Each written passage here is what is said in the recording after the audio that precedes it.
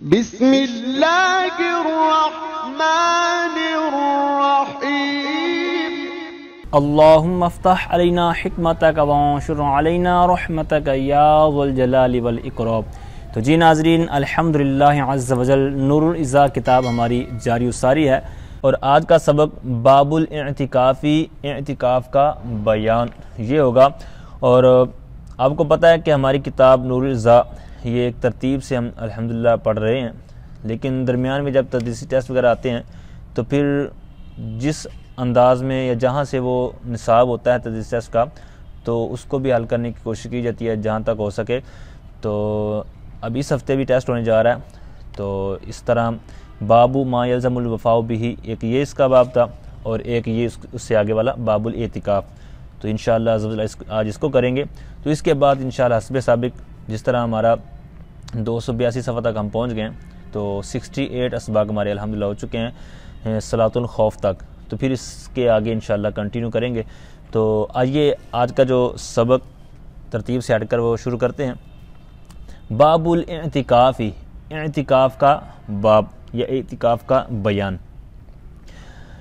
اب جو مشہور یہ عبادت ہے مسلمانوں کے نزدیک اعتکاف کرنا، تو اب اس کے اندر یہ اعتکاف کی 3 جو قسمیں بیان کریں گے، پھر ضمناً ان کے تحت مسائل ہوں گے، اور پھر اسی طرح دیگر جو معتکف کو مسائل درپیش آتے ہیں، اور پھر آخر کے اندر کچھ چیدہ مسائل ہیں کہ کسی نے دن کی نیت کی یا رات کی نیت کر کے منت مانی کہ میں اتنے دن اعتکاف کروں گا یا اتنی راتیں اعتکاف کروں گا، تو کیا اس پر مطلب کیا حکم لگے گا۔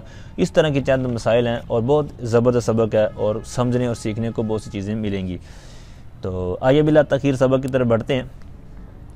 اعتکاف، اعتکاف یا اعتکاف، اعتکاف باب افتعال کا مصدر ہے۔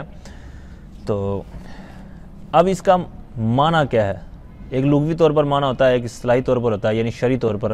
تو لغوی طور پر اس کا معنی ہے ٹھہرنا، اللبس، الدوام، ٹھیک ہے، نیچے معنی اس کا بیان کیا ہوا ہے لغوی طور پر۔ ڈکشنری کے اندر جو معنی آتا ہے ٹھہرنا، کسی شے کو لازم کرنا، تو اس کے اندر بھی چونکہ یعنی اعتکاف کے اندر بھی جو معتکف ہوتا ہے، اعتکاف بیٹھنے والا ہوتا ہے، تو وہ بھی ایک جگہ ٹھہر جاتا ہے، جس طرح مسجد میں ٹھہرتے ہیں، یا عورت ہو تو وہ مسجد بیت، گھر کی جو مسجد ہوتی ہے تو وہاں پر ٹھہرتی ہے۔ تو یہ ایک مناسبت پائی جاتی ہے اس کے معنی کے اندر۔ اور اصطلاحی طور پر بھی اس کی تعریف ہے باقاعدہ اعتکاف کی، وہ اوپر متن میں انہوں نے بیان کی ہے، آئیے اس کو پڑھتے ہیں۔ تو فرمایا کہ هو الاقامۃ بنیتہ فی مسجد تقام فیہ الجماعۃ بالفعل للصلوات الخمس۔ اب یہاں تک اس کی تعریف انہوں نے بیان کی کہ اعتکاف کہتے کسے ہیں۔ فرمایا کہ ہوا سے مراد وہی اعتکاف کہتے ہیں۔ اعتکاف وہ اعتکاف کی نیت کے ساتھ ٹھہرنا ہے، بنیت ہی کی ضمیر بھی اسی کی طرف راجع ہوگی، لوٹے گی۔ اعتکاف کہتے ہیں کہ اعتکاف کی نیت کے ساتھ ایسی مسجد میں ٹھہرنا ہے کہ تقام فیہ الجماعۃ، کہ جس مسجد میں جماعت قائم کی جاتی ہو۔ کس کی؟ کہتے ہیں بالفعل للصلوات الخمس، بالفعل مطلب عملاً، اور للصلوات الخمس اس کا معنی آپ کو پتہ ہے کہ 5 نمازوں۔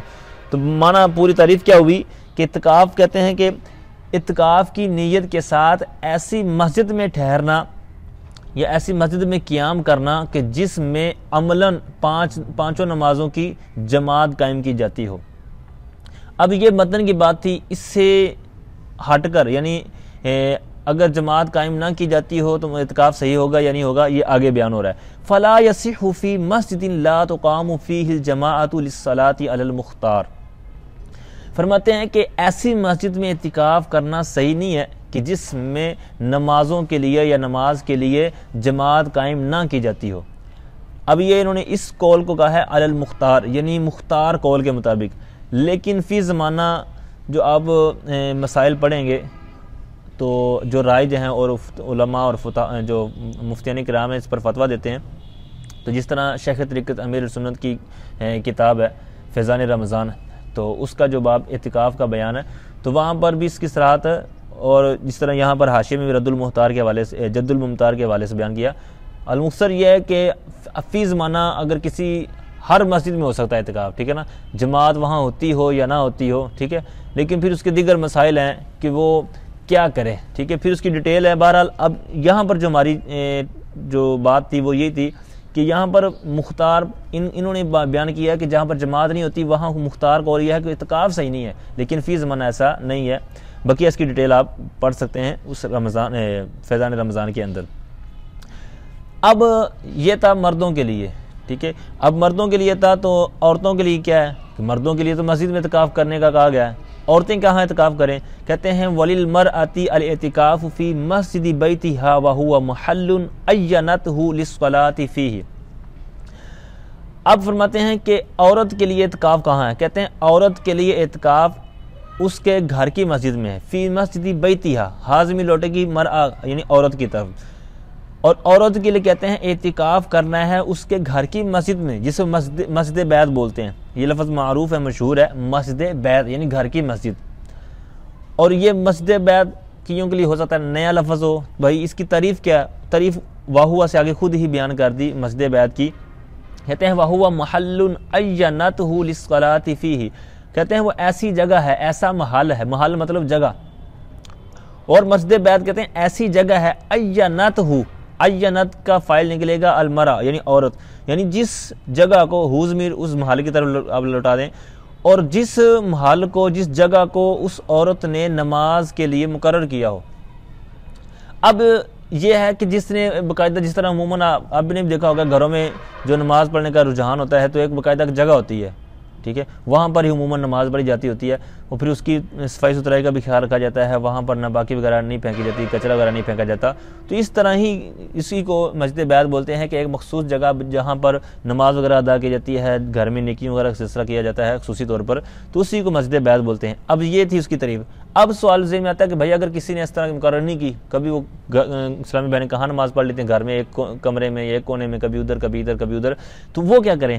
تو اس کے لیے یہی ہے کہ وہ جب اعتکاف اس نے بیٹھنا ہے تو وہ پھر کسی جگہ کو مقرر کر لے کہ یہ میرے لیے مسجد بیت ہے، اس کو پاک صاف کر لے، اس کو صاف صفائی ستھرائی جو اس کے جو بھی وہاں پر ہو تو وہ کر لے، تو پھر اس کے اندر اعتکاف میں بیٹھ سکتی ہے، ٹھیک ہے۔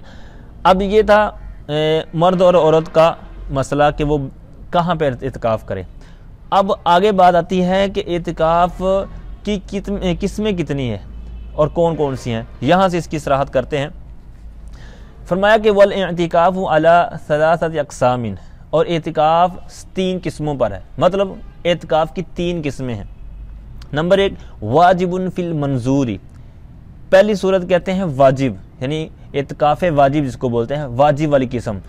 اب یہ کس صورت میں ہوتا ہے؟ کہتے ہیں فی المنظوری، منظور نظر کا مفعول، جو اس میں مفعول کا صیغہ نظر سے، یعنی جس کی نظر مانی ہوئی ہو، یعنی واجب ہم اسی کو کہیں گے کہ جس کے اندر اس نے نظر مانی ہو کہ میرے اوپر میرا فلاں کام ہو گیا تو میں اتنے دن کا اعتکاف کروں گا، تو اب یہ صورت میں اس کے لیے واجب ہو جائے گا، ٹھیک ہے۔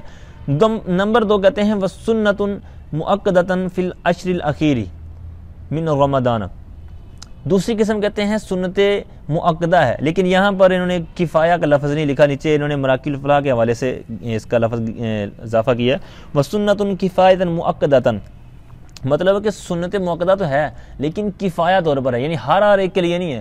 ایک محلہ ہے تو وہاں پر اگر کوئی بھی نہیں بیٹھتا تو سب گناہ گار ہوں گے، لیکن اگر ایک بیٹھ جاتا ہے تو کفایت کافی ہو جائے گا، ٹھیک ہے، کفایت سے یعنی کافی ہو جائے گا، وہ سب کو کفایت کر جائے گا، سب گناہ گار ہونے سے بچ جائیں گے۔ تو یہی اس طرح آپ نے سنا ہوگا نماز جنازہ فرض کفایہ ہے کہ جن جن کو اطلاع ملی ہے، اگر کوئی بھی نہیں آیا تو سب گناہ گار ہوں گے، اگر کوئی ادا کر لیتا ہے تو سب کی طرف سے وہ کفایت کر جائے گا۔ تو یہاں پر بھی اسی طرح ہے کہ وسنۃ کفایۃ مؤکدۃ فی العشر الاخیر من رمضان، رمضان غیر منصرف ہوگا تو اس وجہ سے اس کے مین کی وجہ سے جر نہیں آئے گا، یہ حالت جری میں ہی ہے لیکن نسبی طور پر آئے گا، یعنی نسب کے ساتھ اس کا جر آتا ہے فتح کے ساتھ۔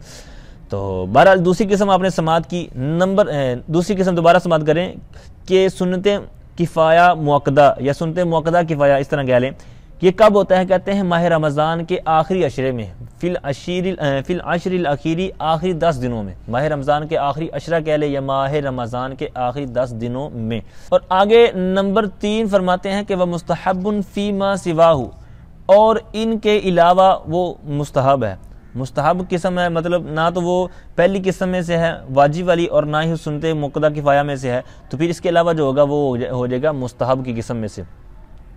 اب یہاں پر ایک آگے روزے کی شرط والا مسئلہ بیان کرتے ہیں، کہتے ہیں وَالصَّوْمُ شرط لِصِحَّةِ الْمَنْظُورِ فقط۔ اب یہاں پر لصحت کے بعد اگر آپ اعتکاف نکالیں گے جیسا کہ انہوں نے نیچے بیان کیا ہوا ہے تو پھر اور جو تھوڑا سا حسن پیدا ہو جائے گا۔ فرماتے ہیں کہ وَالصَّوْمُ شرط لِصِحَّةِ الْاعْتِكَافِ الْمَنْظُورِ فقط، اور کہتے ہیں روزہ نظر مانے ہوئے اعتکاف کی صحت کے لیے شرط ہے۔ صرف شرط کی صورت میں وہ اعتکاف جس طرح آپ نے واجب والی صورت بیان کی نا پیچھے جو پہلی قسم پڑھی، اسی میں فرما رہے ہیں کہ نظر مانے ہوئے اعتکاف کی صحت کے لیے روزہ رکھنا شرط ہے فقط، صرف پہلی صورت میں یعنی نظر والی صورت میں۔ اب آگے بیان فرماتے ہیں، اب دو قسمیں تو آپ کو کلیئر ہوگی نا کہ آخری 10 دن کا تو ہے سنت موقدہ کفایہ، اور دوسرا نظر اعتکاف نظر والا جو ہے وہ واجب کے تحت آپ نے پڑھ لیا۔ اب وہ اس کی جتنی مقدار ہو وہ اسی لحاظ سے ہو جائے گی۔ اب تیسری قسم تھی جو مستحب کہہ لیں یا نفل جو ہے، اس کی مدت اور مقدار کیا ہے؟ کہتے ہیں وَأَقَلُّهُ نَفْلًا مُدَّةٌ يَسِيرَةٌ وَلَوْ كَانَ مَاشِيًا عَلَى الْمُفْتَى بِهِ۔ وَأَقَلُّهُ یہ مبدا بن جائے گا نفلاً کے ساتھ مل کر، نفلاً اس کی یہ تمجیز عنی نسبت ہو جائے گی، اور مدتٌ یسیرۃ موصوف صفت ہو کر اس کی خبر۔ تو وَأَقَلُّهُ نَفْلًا مُدَّةٌ يَسِيرَةٌ وَلَوْ كَانَ مَاشِيًا عَلَى الْمُفْتَى بِهِ۔ فرماتے ہیں کہ اس کی کم از کم مقدار یعنی نفل کی کم از کم نفلی اعتکاف کی کم از کم مقدار یہ تھوڑی سی مدت ہے، تھوڑی سی مدت کہہ لیں، تھوڑا سا وقت کہہ لیں۔ اب مزید کیا کہتے ہیں، اگرچہ مفتیٰ بھی قول کے مطابق چلتے ہوئے ہی ہو، یعنی اگرچہ آپ مسجد میں ہیں اور آپ نے کہا کہ میں اعتکاف کی نیت سے ہوں، یعنی میں نفلی اعتکاف کی نیت کرتا ہوں، یا یوں کہہ لیں جس طرح وہ جملہ بولا جاتا ہے ایک پورا نویت سنت الاعتکاف، اب یہ اگر کہہ دیں گے تو بھی ٹھیک۔ تو آپ ادھر سے مسجد میں داخل ہوئے اور چلتے ہوئے تھوڑا سا آگے گئے تو یہ تھوڑا سا چلنا بھی کیوں نہ ہو آپ کا، تو یہ آپ کا اعتکاف ہی گنا جائے گا نفلی طور پر۔ اب آگے کچھ چیزیں بیان کر رہے ہیں کہ جو مسجد کے اندر اعتکاف بیٹھنے والا ہے تو اس کو رخصت جن کی وجہ سے دی جاتی ہے اور کن کی وجہ سے نہیں دی جاتی، یہ ساری چیزیں کہتے ہیں وَلَا يَخْرُجُ مِنْهُ إِلَّا لِحَاجَةٍ شَرْعِيَّةٍ أَوْ طَبِّعِيَّةٍ أَوْ ضَرُورِيَّةٍ كَإِنْهِدَامِ الْمَسْجِدِ وَإِخْرَاجِ ظَالِمٍ كُرْهًا وَتَفَرُّقِ أَهْلِهِ وَخَوْفٍ عَلَى نَفْسِهِ أَوْ مَتَاعِهِ مِنَ الْمُكَابِرِينَ فَيَدْخُلُ مَسْجِدًا غَيْرَهُ مِنْ سَاعَتِهِ۔ بہت زبردست مسائل اور یہ کام دینے والے مسائل ہیں کہ فرماتے ہیں کہ جو اعتکاف بیٹھ گیا ہے لا یخرج منہ، تو وہ اس سے نہ نکلے۔ منہ کی مرجع کیا ہے؟ تو اس کا مرجع وہ جہاں پر وہ اعتکاف بیٹھا ہے۔ اب اگر عورت بیٹھی ہے تو اس کا ہو جائے گا وہ اس کا اپنا جو مسجد بیت کہہ لیں، اور دوسرا جو مرد ہے تو وہ مسجد جو اس کی ہوتی ہے، پھر اس کے اندر مسجد کا دیگر حکام ہے، بیت جو گھر کی مسجد ہے بیت، تو مسجد بیت اس کے الگ مسائل ہیں۔ اور یہ بھی یاد رکھیے کہ جو مسجد کے اندر بیٹھتے ہیں اسلامی بھائی مرد حضرات، ان کے مسائل یوں سمجھے کہ نرم ہیں۔ عورت گھر میں جو بیٹھتی ہے چونکہ پتہ آپ کو کہ یہ مسجد وہ عارضی ہوتی ہے، ٹھیک ہے، مسجد بیت ہوتی ہے، اس کے احکام وہ نہیں ہیں بلکہ اس سے سخت ہیں، ٹھیک ہے۔ اس کی ڈیٹیل آپ اسی کے اندر پڑھیں گے تو آپ کو مزید آسانی ملے گی، یہاں تو صرف ہم نے چند سطریں پڑھنی ہیں۔ تو بہرحال یہ میں نے اشارہ کر دیا ہے کہ یہ مسائل ان کے فرق ہے، یہاں پر آپ کو ہو سکتا ہے تسلی نہ ہو یا ذہن میں کچھ اور ہی نہ آپ سن کر بٹھا لیں۔ تو بہرحال اس کی آپ ڈیٹیل ضرور پڑھیے گا، صرف سبق کے حد تک نہ پڑھیں بلکہ آپ اس کو ڈیٹیل کے ساتھ پڑھیں گے تو انشاءاللہ آپ کو فائدہ ہوگا۔ بہرحال ولا یخرج منہ کا مرجع کیا ہوا؟ اعتکاف گاہ، اور اعتکاف گاہ سے نہ نکلے، اعتکاف گاہ سے وہ نہ نکلے، لیکن کس وجہ سے نکل سکتا ہے؟ کہتے ہیں الا لحاجۃ شرعیۃ، کہتے ہیں مگر یہ کہ شرعی حاجت کی وجہ سے، یعنی کوئی شرعی حاجت آ گئی ہے تو شرعی حاجت کسے کہتے ہیں؟ جیسے مثال کے طور پر جس مسجد میں یہ ہے وہاں پر جمعہ نہیں ہوتا، ٹھیک ہے، جس طرح میں نے پہلے عرض کر دیا نا پیچھے کہ انہوں نے تو قید لگائی تھی نا کہ جہاں پر جماعت قائم کی جاتی ہو، پانچوں نمازوں کی جماعت قائم کی جاتی ہو، اس میں اعتکاف ہوگا۔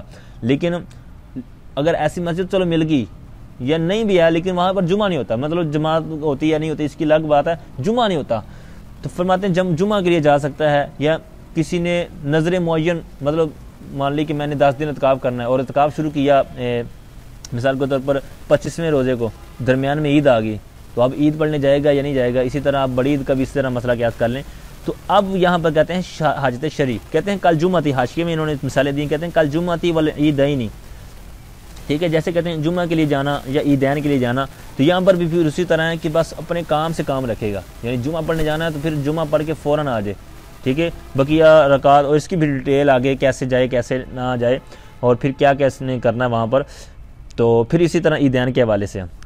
نمبر 2 انہوں نے آگے بیان کی ہے جو کہہ لیں اس کی طبیعت کے طور پر، جو طبیعت آپ کسے کہتے ہیں تو طبی طور پر جو ہوتا ہے جس کی انسان کو عادت ہوتی ہے، مثال کے طور پر ان کی بھی مثالیں بیان کی ہیں، جیسے بول و براز، ٹھیک ہے، چھوٹا پیشاب آ گیا، بڑا پیشاب جس کو بولتے ہیں، ٹھیک ہے، اسی طرح نجاست کو زائل کرنا ہے، ٹھیک ہے، یا اسی طرح اس نے نہانا ہے، ٹھیک ہے، اور غسل جو اس کے پر فرض ہو گیا، اس طرح کی دیگر جو طبی طور پر ہیں تو اس وجہ سے بھی جا سکتا ہے۔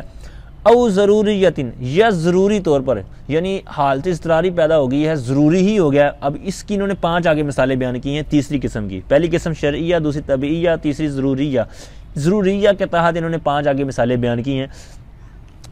فرماتے ہیں اس کی مثال نمبر 1 کا انہدام المسجد، مسجد کا گر جانا، مطلب مسجد منہدم ہو گئی، کوئی زلزلہ آ گیا یا کوئی اور مسئلہ پیش آ گیا یا مسجد تعمیر ہو رہی تھی یا جیسے بھی کوئی مسئلہ بنا۔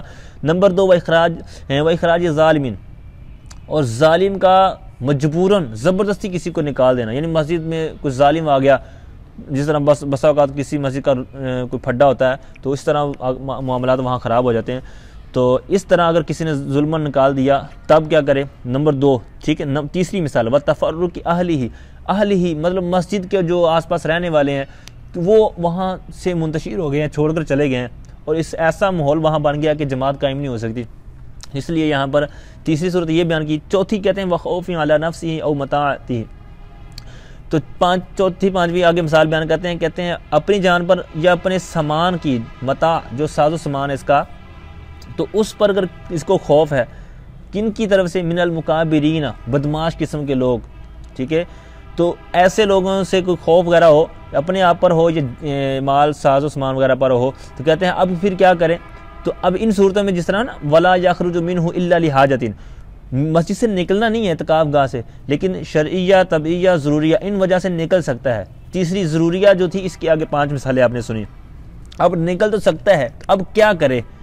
ٹھیک ہے، پچھلی صورت شرعیہ اس میں تو اس نے واپس آ جانا تھا، ٹھیک ہے، یعنی جمعہ اور عیدین وغیرہ پڑھ کر، اسی طرح دوسری تھی تو اس نے بھی وہاں سے فارغ ہو کر واپس آ جانا ہے۔ تیسری قسم جو ہے تو کہتے ہیں اس کے اندر اس نے واپس تو آنا نہیں کیونکہ ایسی صورت بن گئی ہے، تو اب جائے گا کہاں؟ کہتے ہیں فَيَدْخُلُ مَسْجِدًا غَيْرَهُ مِنْ سَاعَتِهِ، تو کہتے ہیں ساعتی فوراً اسی وقت، کہتے ہیں فوراً اس مسجد سے ہٹ کر دوسری مسجد میں چلا جائے۔ فَإِنْ خَرَجَ سَاعَةً بِلَا عُذْرٍ فَاسَدَ الْوَاجِبُ، اب اس صورت میں یعنی یہ ادھر سے نکل کر کسی اور مسجد میں جا رہا ہے، اب اس کے لیے ضروری ہے من ساعتی کی قید لگائی، فوراً وہاں سے دوسری جگہ چلا جائے دوسری مسجد میں۔ فَإِنْ خَرَجَ سَاعَةً بِلَا عُذْرٍ فَاسَدَ الْوَاجِبُ، اگر یہ اب راستے میں یا جیسے بھی چلتے ہوئے بغیر عذر کے وہاں پر ٹھہرا، کسی جگہ پر رکا، فاسد الواجب، تو اس کا جو اعتکاف واجب ہے یہ کیا ہو جائے گا؟ فاسد ہو جائے گا، خراب ہو جائے گا، مطلب فاسد ہو گیا۔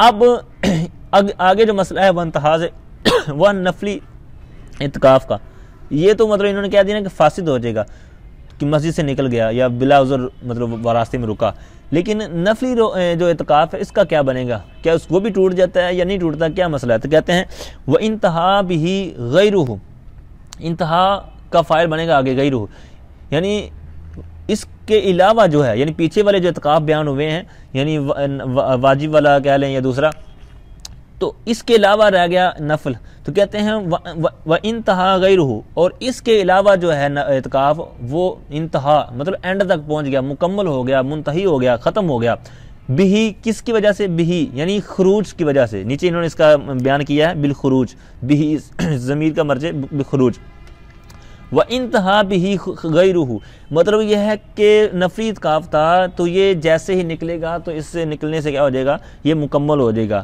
وجہ کیا ہے؟ اس کا اگلے حاشیے میں انہوں نے بیان کیا اگلی طرف، کہتے ہیں کیونکہ یہ غیر واجب ہے اور وہ نفل ہے، اور نفل کہتے ہیں کیونکہ لَيْسَ لَهُ حَدٌ، اس کی کوئی حد نہیں ہے، تو یہ جیسے ہی نکلے گا تو یہ کیا ہو جائے گا؟ پورا ہو جائے گا، اور پھر جب مسجد میں آئے تو پھر دوبارہ نیت کرنی پڑے گی، پھر وہ اس کو ثواب وغیرہ ملتا رہے گا اور دیگر۔ اور یہ بھی یاد رکھیں کہ آپ نے بارہ سنا ہی ہوگا اگر دعوت اسلامی کے دینی ماحول سے وابستہ ہیں کہ جیسے مسجد میں داخل ہوں تو آپ اعتکاف کی نیت کر لیں. یعنی عام طور پر جیسے آج کل ہم چلتے ہیں رمضان شریف کے علاوہ بھی جہاں پر بھی، تو مسجد میں جیسے داخل ہوں تو نوائت سنت الاعتکاف یا اپنی مادری زبان میں کہہ لیں کہ میں اعتکاف کی نیت کرتا ہوں. وگرنہ اگر نہیں آپ کریں گے تو مسجد میں کھانا پینا سونا، ٹھیک ہے، چاہے آب زمزم ہو یا دم کیا پانی ہو، کچھ بھی ہو، تو اس کا استعمال درست نہیں ہے، منع ہے. تو اگر یہ نیت ہوگی تو یہ ضمناً آپ کے لیے اس کی اجازت مل جائے گی. آگے مزید چیزیں بیان کر رہے ہیں کہ اگر مسجد میں اگر بندہ اعتکاف بیٹھ گیا ہے، اس کے گھر والے مطلب اگر وہ اکیلا ہی ہے، مطلب دیگر کے افراد وغیرہ نہیں ہیں کہ جو گھر کے معاملات وغیرہ کلیئر کر سکیں، گھر میں چیزیں لا کر دینے والا، تو اب پھر وہ کیا کرے، گھر میں کیسے سسٹم چلے؟ اس طرح کی چند صورتوں کا جواب دے رہے ہیں. کہتے ہیں وَأَكْلُ الْمُعْتَكِفِ وَشُرْبُهُ وَنَوْمُهُ وَعَقْدُهُ الْبَيْعَ لِمَا يَحْتَاجُهُ لِنَفْسِهِ أَوْ عَيَالِهِ فِي الْمَسْجِدِ. کہتے ہیں معتکف وہی اعتکاف جو مصدر تھا اسی سے اس میں فاعل کا صیغہ ہے، معتکف یعنی اعتکاف کرنے والا. اعتکاف لفظ جو مصدر تھا تو اس کے اندر مطلب ہو گیا اعتکاف کرنا، تو یہاں پر معتکف مطلب اعتکاف کرنے والا. تو اعتکاف کرنے والا اس کا کھانا، تو اب اس کے لیے ہم اصطلاح استعمال کریں گے معتکف.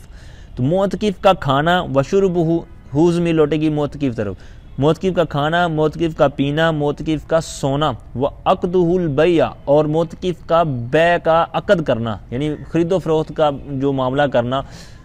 کس میں سے؟ کہتے ہیں لما یحتاجہ لنفسہ او عیالہ، یعنی اس میں سے جس کی اس کو حاجت ہے یا اس کے گھر والوں کو حاجت ہے. تو کیا ہوگی؟ کہتے ہیں فی المسجد، یہ ساری چیزیں مسجد میں ہی ہوں گی کیونکہ یہ باہر تو نکل نہیں سکتا. کیونکہ نیچے انہوں نے حاشیے میں بیان کیا کہ اگر ان وجہ سے یہ نکلتا ہے مسجد سے تو یفسد اعتکاف یا یفسد اعتکاف ہو، تو یہ اس کے اعتکاف کو چیزیں فاسد کر دیں گی. پھر آگے کچھ اور مکروہات بیان کر رہے ہیں. کہتے ہیں وَكُرِهَ إِحْضَارُ الْمَبِّئِ فِيهِ مطلب مسجد کے اندر سامان لانا، مطلب مبی لفظ پڑھیں گے، مبی نہیں پڑھیں گے، میم پر زبر، اس ساز و سامان کو جس چیز کی بیع کی جا رہی ہو. تو کہتے ہیں وَكُرِهَ إِحْضَارُ الْمَبِّئِ فِيهِ مسجد میں مبی ساز و سامان کو لے آنا، مسجد میں لانا، یہ مکروہ ہے. وَكُرِهَ عَقْدُ مَا كَانَ لِلتِّجَارَةِ اور کہتے ہیں کہ جو مال تجارت ہوتا ہے تو اس کا عقد کرنا بھی مکروہ ہے. یعنی حاجت نہیں ہے تو بغیر ضرورت کے آپ ان کا عقد بھی نہ کریں، کیونکہ آپ اللہ تعالیٰ کی توجہ لینے آئے ہیں، اللہ تعالیٰ کی رحمت لینے آئے ہیں، اور بلا وجہ آپ ان چیزوں میں مگن رہیں گے تو آپ کا جو مقصود تھا وہ فوت ہو جائے گا اور آپ کا جو خشوع خضوع یہ منتشر ہو جائے گا. پھر آگے بہت زبردست مسئلہ وَكُرِهَ الصَّمْتُ إِنْ اعْتَقَدَهُ قُرْبَةً. سمت پڑھ لیں، سمت پڑھ لیں، یہ آپ نے حدیث پاک سنی ہوگی، من سامت نجا، جو چپ رہا اس نے نجات پائی، تو اسی سے یہ مصدر ہے. وَكُرِهَ الصَّمْتُ اور خاموشی اختیار کرنا مکروہ ہے. کس صورت میں؟ ان اعتقادہ قربتاً اگر خاموشی کو یہ ثواب سمجھتا ہو. یعنی یہ نصارہ جو تھے تو اہل کتاب تو اس کو ان کے ہاں یہ روزہ تھا، یہ خاموشی کا بھی ان کے لیے روزہ ہوتا تھا، اب یہ منسوخ ہو چکا ہے. تو اب اگر کوئی اس کو عبادت سمجھتے ہوئے خاموشی اختیار کرتا ہے تو یہ اس کے لیے مکروہ ہے. وحرم الوطء ودواعیہ وبطل بوطئہ وبالانزال بدواعیہ. فرمایا کہ وطی کرنا یہ حرام ہے، ودواعیہ اور اس کے جو دوائی ہیں، مطلب دوائی مطلب اس کے لوازمات، مثال کے طور پر بوسہ لینا، ٹھیک ہے، چھونا وغیرہ، تو یہ دوائی ہیں کہ یہ آگے پھر جماع کی طرف لے کے جاتے ہیں، تو یہ چیزیں حرام ہیں، ٹھیک ہے. اور بلکہ فرماتے ہیں وہ باطل بوطئہ، یہ حرام تو ہیں بلکہ کہتے ہیں اس وطی کی وجہ سے تو جو اعتکاف ہے وہ باطل ہو جائے گا. اور انزال کی صورت میں دوائی جو معاملات ہیں، امور ہیں، یعنی جو جماع کے لوازمات ہوتے ہیں جماع سے پہلے کے، کہتے ہیں وہ بالانزال بدوائہ، اور دوائی کی وجہ سے اگر انزال ہو جاتا ہے تو کہتے ہیں اس صورت میں بھی یہ باطل ہو جائے گا. یعنی پہلی صورت تو یہ ہے کہ وطی اور دوائی کی وجہ سے یہ حرام ہے. دوسری صورت یہ ہے کہ اگر وطی کر لیتا ہے تو اعتکاف باطل، ٹھیک ہے، اعتکاف باطل ہو جائے گا. دوسری جو دوائی چیزیں تھیں، ٹھیک ہے، بوسو کنار وغیرہ، تو اگر تو انزال نہیں ہوتا پھر اعتکاف کی تو بچت ہو جائے گی، لیکن اگر ان کی وجہ سے انزال ہو جاتا ہے تو پھر بھی اعتکاف کی صورت ختم ہو جائے گی، یعنی اعتکاف باطل ہو جائے گا. اب آگے مسائل شروع ہوتے ہیں جو دوسرے. اب یہاں پر دوائی کے نیچے انہوں نے حاشیے میں کچھ چیزیں بیان کی ہیں. فرماتے ہیں کہ ایک تو یہ ہے کہ یہ حدیث پاک سے آیت مبارکہ یہاں پر وَلَا تُبَاشِرُوهُنَّ وَأَنْتُمْ عَاكِفُونَ فِي الْمَسَاجِدِ، سورہ بقرہ آیت نمبر 187. پھر وباطلہ کے آگے حاشیے میں بیان کیا انہوں نے کہ اب یہ جو ساری صورتیں تھیں کہتے ہیں خواہ جان بوجھ کر ہو، خواہ بھول کر ہو، خواہ مجبوراً ہو، ٹھیک ہے، خواہ دن میں ہو خواہ رات میں ہو، یہ سب چیزیں برابر ہیں، ٹھیک ہے، تو یہ آپ نے یاد رکھنا ہے۔ آگے بڑھتے ہیں، فرماتے ہیں کہ اب یہاں سے وہ مسائل شروع ہو رہے ہیں کہ کسی نے منت مانی کہ میں 6 دن یا 5 دن اعتکاف کروں گا تو راتیں شامل ہوں گی یا نہیں، پھر کسی نے راتوں کی نیت کی کہ میں رات کا اعتکاف کروں گا تو دن شامل ہوں گے یا نہیں، پھر ٹھیک ہے، تو اس طرح کی چند صورتیں ہیں اور یہ توجہ کے ساتھ آپ نے سماعت کرنی ہے۔ اب یاد رکھیں کہ عموماً جب دن بولا جاتا ہے تو رات بھی اس کے ساتھ شامل ہوتی ہے، اسی طرح یہ آگے مسائل ہو رہے ہیں، کہتے ہیں وَلَازِمَتُهُ اللَّيَالِ أَيْضًا، اس کو راتیں بھی شامل ہوں گی، کس وجہ سے؟ کہتے ہیں بِنَظْرِ اعتکاف ایام، دنوں کی اعتکاف کی نیت کرنے سے، یعنی دنوں کے اعتکاف کی نظر مانی اس نے کہ میں 5 دن مثال کے طور پر اعتکاف کروں گا، بدل منت مان رہا ہے کہ میرا فلاں کام ہو گیا تو میں 5 دن اعتکاف کروں گا، تو اب اس کے اندر 5 دن کے اندر 5 راتیں بھی شامل ہوں گی۔ اور اسی طرح اس کا برعکس معاملہ ہے، فرمایا کہ وَلَازِمَتُهُ الْأَيَّامُ بِنَظْرِ اللَّيَالِ، اور راتوں کے اعتکاف کی نظر ماننے سے دنوں کا جو اعتکاف ہے وہ لازم ہو جائے گا اس کے اوپر۔ اب یہ کیوں کہتے ہیں متتابعتاً، تسلسل کی وجہ سے، تسلسل کے ساتھ، یعنی ایک تسلسل ہوتا ہے نا اعتکاف کے اندر، کوئی وقفہ نہیں ہوتا، دن اور رات دن اور رات دن اور رات، یہ ایک تسلسل کے ساتھ ہوتا ہے۔ وَإِلَّمْ يَشْتَرِطِ التَّتَابُعَ فِي ظَاهِرِ الْوَجْهِ، اگرچہ اس نے تتابع کی نیت نہ کی ہو، ٹھیک ہے، لیکن یہ ایک تتابع کے ساتھ ایک چین چلے گی، صبح شام صبح شام صبح شام، اس کی اس طرح، تو اس طرح یہ پورے ہو جائیں گے، خواہ رات کی نیت کرے یا دن کی نیت کرے تو یہ دونوں شامل ہو جائیں گے۔ اب پیچھے کچھ دنوں کی بات تھی، اب آگے 2 دنوں کی بات بڑھا رہے ہیں، کہتے ہیں وَلَازِمَتُهُ اللَّيْلَتَانِ بِنَظْرِ يَوْمَيْنِ وَالصَّحَّ نِيَّةُ النُّهُورِ، یہ لگا وَلَازِمَتُهُ اللَّيْلَتَانِ بِنَظْرِ يَوْمَيْنِ، اور 2 دنوں کی نظر ماننے سے 2 راتوں کا بھی اعتکاف لازم ہو جائے گا، یعنی صرف 2 دن کا کہا کہ میں 2 دن کا اعتکاف کروں گا تو اب 2 دن تو آپ نے بھائی کرنے ہی کرنے ہیں، 2 راتیں بھی شامل ہو جائیں گے۔ آگے فرمایا وَالصَّحَّ نیت النہور، نہور یہ نہر کی جمع ہے، وَالصَّحَّ نیت النہور خاصۃ دون اللیالی وَإِلَّمْ، اور نیت دنوں کی نیت کرنا صحیح ہے خاص طور پر، نہ کہ راتوں کی، مطلب اگر خاص طور پر صراحت کر دیتا ہے کہ میں دن کو ہی اعتکاف کروں گا رات کو نہیں کروں گا، تو فرماتے ہیں اس طرح نیت صراحت کے ساتھ کرنا صحیح ہے۔ پیچھے تھا کہ مطلقاً بول کے درمیان سے نیت بنا لی جناب رات کی یا بنا لی صرف دن کی، تو وہ نہیں تھا، یہ صراحت کے ساتھ جب آگی تو ٹھیک ہے۔ وَإِن نَظَرَ اعْتِكَافَ شَهْرٍ وَنَوَى النَّهْرَ خاصة أو ليالي خاصة لا تعمل نيته إلا أن يصرح بالاستثناء، وہی بات آگی، صراحت کرنا ضروری کیوں ہے؟ کہتے ہیں وَإِن نَظَرَ اعْتِكَافَ شَهْرٍ، اگر کسی نے 1 مہینے کے اعتکاف کی نیت کی، ٹھیک ہے، ایک مہینے کے اعتکاف کی نظر مانی اور پھر کیا گیا، کہتے ہیں وَنَوَى النَّهْرَ، اور پھر اس نے کیا کیا، دن کی نیت کر لی خاص طور پر، یا پھر نیت تو ایک نظر تو مانی 1 مہینے کی اور نیت کس کی خاص طور پر جناب راتوں کے کر لی، تو کہتے ہیں اس طرح نیت کرنے سے نہیں ہوگا، لا تو عمل نیت ہو، تو اس کی نیت کارآمد نہیں ہوگی، اس کی نیت پر عمل نہیں کیا جائے گا، کب تک؟ الا ان یصرح بالاستثناء، جب تک کہ کہتے ہیں کہ یہ صراحت کے ساتھ استثناء نہ کر دے، استثناء نہ کر دیں کہ بھائی مولا کریم میں اتنے دن کی نیت کرتا ہوں، صرف اتنے راتوں کی نیت کرتا ہوں، صراحت کے ساتھ یہ اس نے کام کرنا ہوگا۔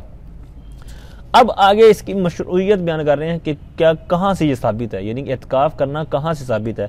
فرماتے ہیں والاعتکاف مشروع بالکتاب والسنت، فرمایا کہ اعتکاف قرآن و سنت سے مشروع ہے، قرآن و سنت سے ثابت ہے، ٹھیک ہے۔ اب اس کی پھر انہوں نے نیچے باقاعدہ دلیلیں بھی دی ہیں۔ پہلی دلیل تو وہی قرآن پاک سے دی ہے جس کو نص قرآنی بولتے ہیں، قرآن پاک سے دلیل ہو تو اس کو بولتے ہیں نص قرآنی، حدیث پاک سے نص حدیث، ٹھیک ہے، یا نص نبوی، دونوں موجود ہیں۔ نمبر 1 ہے سورہ بقرہ آیت 187 وَلَا تُبَاشِرُوهُنَّ وَأَنْتُمْ عَاكِفُونَ فِي الْمَسَاجِدِ، اور پھر آگے ایک حدیث پاک بھی ہے نبی پاک علیہ السلام کی، حضرت سیدنا عائشہ صدیقہ رضی اللہ تعالی عنہا سے مروی ہے۔ تو بہرحال ایک آیت اور ایک حدیث سے انہوں نے باقاعدہ اس کی مشروعیت ثابت کیا، اور پھر آگے اس کی ایک اور وجہ بیان کرتے ہیں، کہتے ہیں وَهُوَ مِنْ أَشْرَفِ الْأَعْمَالِ اذا کان ان اخلاص، اور کہتے ہیں دوسری ایک دلیل عقلی، گویا کہ جو سمجھ لیں گویا کہ دلیل عقلی دے رہے ہیں، کہتے ہیں کہ وَهُوَ مِنْ أَشْرَفِ الْأَعْمَالِ إِذَا كَانَ مِنْ عَنْ إِخْلَاصٍ، اور کہتے ہیں یہ اشرف ترین اعمال یعنی بزرگ اعمال میں سے ہیں، پاکیزہ اعمال میں سے ہے یہ جو اعتکاف کرنا۔ کب؟ کہتے ہیں اذا کان عن اخلاص، جبکہ یہ اخلاص کے ساتھ ہو، دکھاوے کی وجہ سے نہ ہو۔ یہ نہ ہو کہ جناب میں تو جناب کئی سالوں سے اعتکاف بیٹھتا ہوں، میں تو جناب اعتکاف میں نے کبھی چھوڑا نہیں ہے، یعنی اگر سنت اعتکاف کی مراد لیں تو اب اس طرح کی نیت نہیں ہونی چاہیے، اخلاص ہونا چاہیے، ریاکاری نہ ہو۔ تو اگر ایسی صورت میں ہے تو اللہ تعالیٰ کے حضور اس کی آخر میں ایک بہت بڑی انہوں نے نقطہ بھی بیان کیا ہے، وہ آگے آ رہا ہے کہ بہت زبردست انہوں نے بیان کیا۔ تو اب ایسی وجہ سے ہو اخلاص کے ساتھ اللہ تعالیٰ کے حضور گڑ گڑائے تو پھر وارے نہیں آ رہے ہیں۔ پھر آگے اس کے حسن کچھ محاسن بیان کر رہے ہیں، کہتے ہیں وَمِن مَحَاسِنِهِ، اس سے پہلے ایک عبارت انہوں نے نیچے بہت زبردست نکالی ہے، کہتے ہیں وَمَحَاسِنُهَا لَا تُحْصَىٰ، یعنی کہتے ہیں اس کے جو محاسن ہیں یہ گنے نہیں جا سکتے، بے شمار ہیں، ان گنت ہیں، لیکن کہتے ہیں اس میں سے کچھ یہ ہم آگے بیان کر رہے ہیں۔ وَمِن مَحَاسِنِهِ أَنَّ فِيهِ تَفْرِيغَ الْقَلْبِ مِنْ أُمُورِ الدُّنْيَا وَتَسْلِيمَ النَّفْسِ إِلَى الْمَوْلَىٰ وَمُلَازَمَةَ عِبَادَتِهِ فِي بَيْتِهِ وَالتَّحَسُّنَ بِحِسْنِهِ، یہاں تک انہوں نے چند صورتیں بیان کی ہیں، چند محاسن، یعنی یوں کہہ لیں کہ اعتکاف کی خواص، اعتکاف کے فضائل یا اعتکاف کی جناب محاسن یا اس کی جو حسن ہے، اس کی جو خوبصورتی ہے، تو اس طرح کوئی بھی آپ اس کو نام دینا چاہیں، تو کہتے ہیں اس کے محاسن میں سے ہے کہ ان فیہ تفریغ القلب من امور دنیا، کہ اس میں امور دنیا سے دل کو فارغ کرنا ہوتا ہے۔ تفریغ مصدر ہے اور فارغ کرنا، فرغ یفرغ تفریغ، تو اس کے محاسن میں سے ایک صورت کیا ہے کہ امور دنیا میں سے دل کو فارغ کرنا۔ نمبر 2 فرماتے ہیں کہ وَتَسْلِيمَ النَّفْسِ إِلَى الْمَوْلَىٰ، اپنے آپ کو اللہ کے حضور اللہ کے ہاں پیش کر دینا، اللہ کے سپرد کر دینا کہ مولا کہ بس میں تیری بارگاہ میں حاضر ہو گیا، ساری دنیا کو میں چھوڑ آیا، بس تیرے ہاں میں حاضر ہو گیا۔ نمبر 3 وَمُلَازَمَةَ عِبَادَتِهِ، اس کا اسی پر عطف ہوگا۔ اب پیچھے تھا ان فیہ، آپ کو پتہ ہے ان اور مشبہ فعل میں سے ہے، تو اب اس کا ہوتا ہے کہ اسم اور خبر، اور جب جار مجرور ہو جائے اس کا تو پھر خبر مقدم ہو جاتی ہے اور اسم مؤخر ہو جاتا ہے۔ تو اب اسی وجہ سے تفریقہ، اسی طرح تسلیمہ، اسی طرح ملازمتہ و تحسنہ، یہ ساری اسی وجہ سے منصوب ہیں، ان کا جو فی ہی مقدم ہونے کی وجہ سے، ٹھیک ہے، خبر۔ اچھا، نمبر 3 وَمُلَازَمَةَ عِبَادَتِهِ فِي بَيْتِهِ، اور فی بیتہ یہ لوٹے گا اللہ تعالیٰ کی گھر کی طرف، یعنی اللہ سبحانہ وتعالیٰ کے گھر میں اس کی عبادت کو اختیار کرنا۔ نمبر 4 وتحسن، تحسن کہتے ہیں پناہ لینا، ٹھیک ہے، حفاظت میں آ جانا۔ تو فی بحسن، حسن کہتے ہیں قلعے کو، تو اس کے قلعے میں محفوظ ہو جانا، ٹھیک ہے۔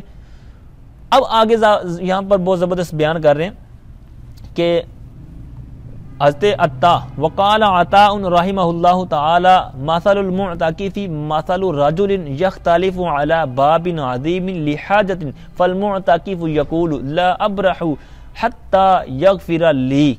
حضرت عطا رحمۃ اللہ تعالی علیہ بہت زبردست یہ تابعی بزرگ ہیں، تو ان کا میں تعارف بعد میں عرض کرتا ہوں، نیچے حاشی میں موجود ہے، پہلے یہ بات ان کی استعمال کر لیجیے۔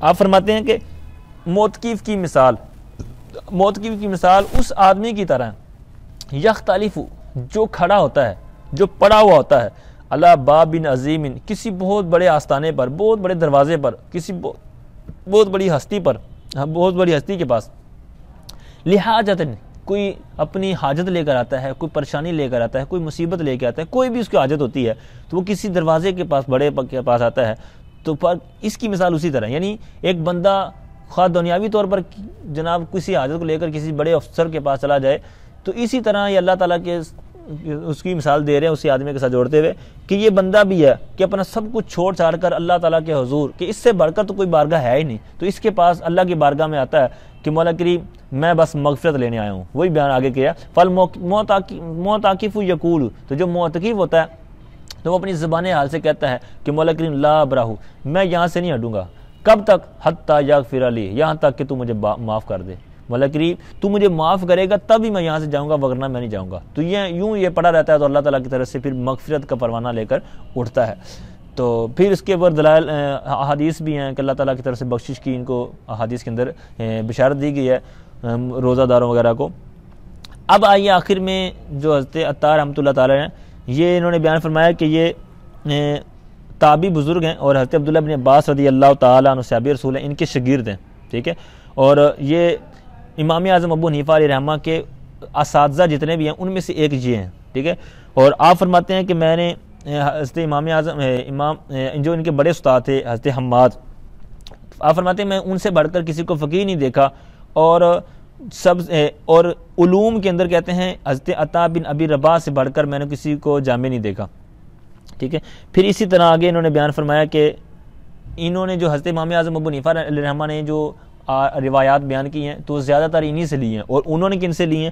تو انہوں نے یہ روایات سنی حضرت عبداللہ بن عباس، حضرت عبداللہ بن عمر، حضرت ابو ہریرہ، حضرت ابو سعید اور حضرت جابر اور حضرت عائشہ صدیقہ رضی اللہ تعالی عنہم. تو ان سے انہوں نے روایات سنی ہیں. تو آپ کا وصال 115 ہجری میں ہوا اور آپ کی جو عمر تھی وہ 80 سال تھی. ٹھیک ہے. اللہ تعالیٰ کی ان پر رحمت اور ان کے صدقے ہماری بے حساب بخشش ہو. آمین بجاہ النبی الامین صلی اللہ تعالی علیہ وآلہ وسلم.